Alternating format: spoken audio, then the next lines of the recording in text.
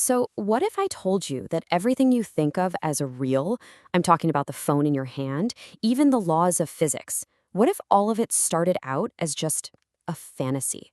It's this wild idea, and it's all packed into one single line from the poet and artist William Blake. And honestly, it might just change how you see, well, everything. I mean, look at that. It's such a simple sentence, right?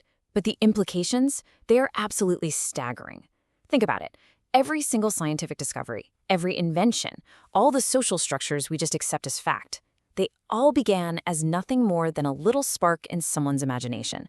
So let's really dig in and unpack what that means. Yeah, because here's the thing. When Blake talks about imagination, he's not just talking about, daydreaming or making things up. No, no. He's talking about something way more profound, a force he saw as almost divine, like the actual engine of all creation. Okay, so for Blake, the core idea was this. Imagination isn't just a part of our reality. It is the foundation. It's the engine, it's the blueprint, it's the architect, it's the whole shebang. You see, for Blake, imagination, or what he called the poetic genius, it wasn't some passive thing. It's an active force. It's something that perceives a deeper truth. And then, just by seeing it, it actually creates it. I mean, to put it in modern terms, you can almost call it the source code of reality itself. And this slide just lays it out perfectly, right? This is Blake's whole view on progress. On one side, you've got this bold, pure, powerful vision. And on the other, what he called the horses of instruction, that slow, plodding, step-by-step process of logic. For Blake, logic never really discovered anything new. It just showed up later to, check the boxes and confirm what imagination had already made real. So this leads to a really profound takeaway. The limits of our world, they're not fixed. They're not set in stone. They were just set by the limits of someone else's imagination a long time ago. That cage we feel we're in, it's only as real as we let it be. All right, so if imagination has this incredible power to shape our outer world, what does it do to our inner world, our own minds? Let's dive into the psychological power that's packed into this idea.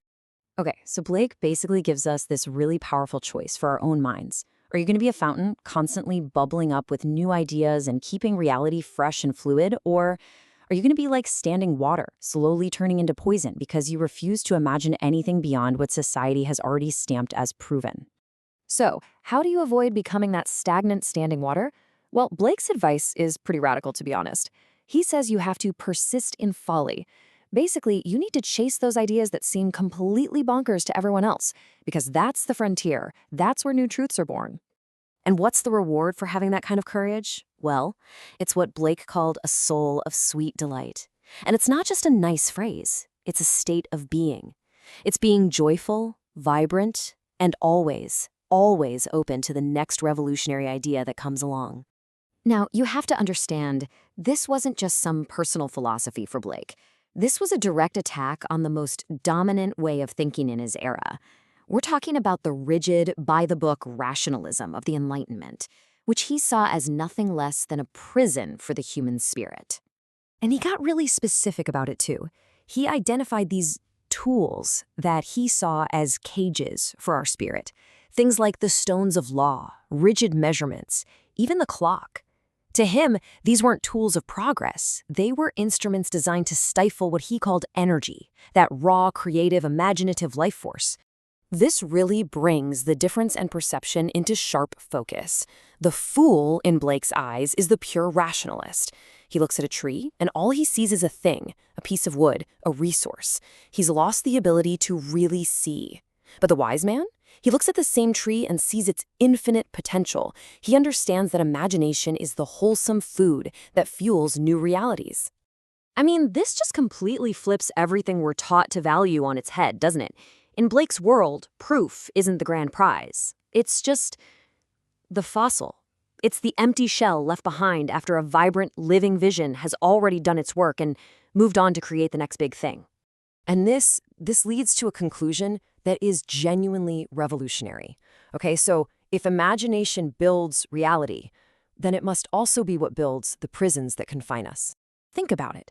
The systems of control, the laws we follow, the hierarchies we live under, none of them are natural forces like gravity. According to Blake, they were all imagined into existence by people, a lot of the time to control other people. Every single one of them started out as just a thought.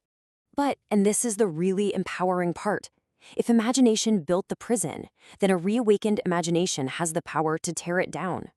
By reclaiming that power, we get back our ability to build a new reality for ourselves, to literally reshape our entire existence from the inside out.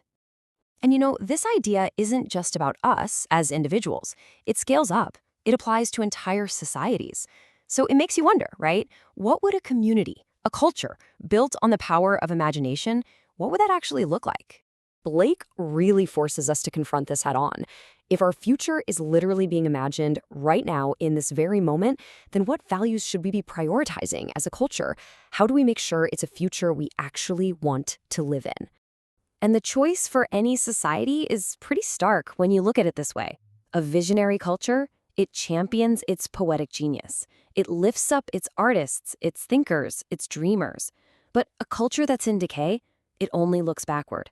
It gets obsessed with what's already known, what's safe, what's already been proven. Ultimately, for Blake, the foundation of any healthy, growing society is just one thing: freedom. And we're not just talking about political freedom here. We're talking about the freedom to imagine, the freedom to explore that folly we talked about, and to start building the next world, long before anyone has any proof that it will work. And this brings us to such a powerful conclusion. When you look out at the world around you, you're actually looking into a mirror. It's not reflecting some objective external reality. No, it's reflecting the sum total of all of humanity's creative courage, or maybe its lack of it. And so that brings us to the end and leaves a question for you. Knowing what we know now, that today's imagination becomes tomorrow's reality, what new truth, what better world are you going to have the courage to imagine into proof?